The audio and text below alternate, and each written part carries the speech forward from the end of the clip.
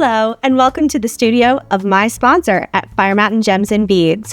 I'm Caitlyn of Busy Beader, and today we are going to be making some adorable little ducky earrings. As soon as I saw these little ceramic ducks, I knew that I had to pair them with some gorgeous blue crystals to give them that little duck floating in the water look. So let's jump in.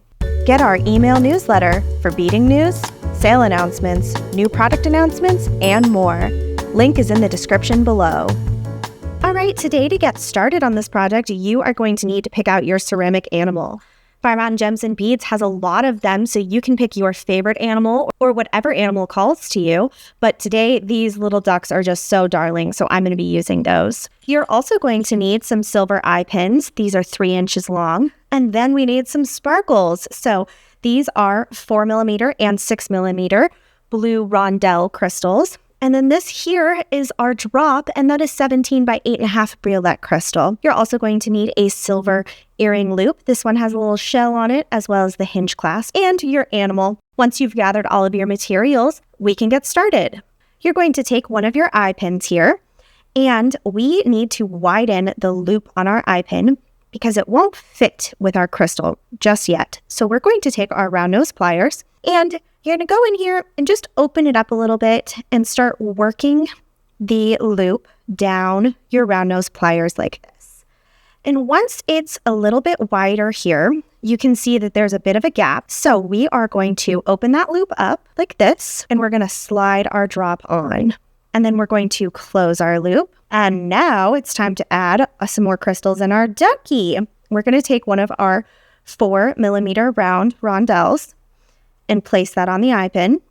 Then we're going to put our ducky on the eye pin. And then we're going to take our 6mm rondelle and then top it off with our other 4mm rondelle.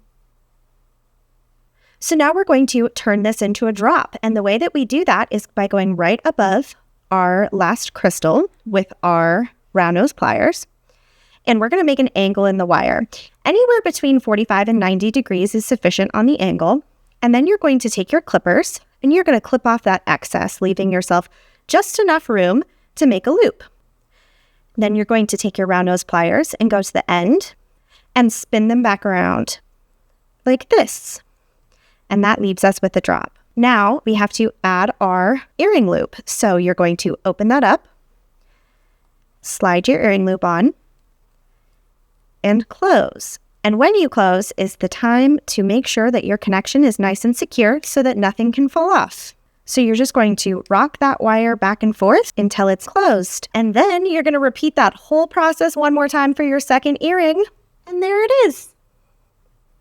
Thank you so much for joining me today. I hope that you had a lot of fun getting to make these earrings. Don't forget to like, share, and subscribe, and I will see you in the next one.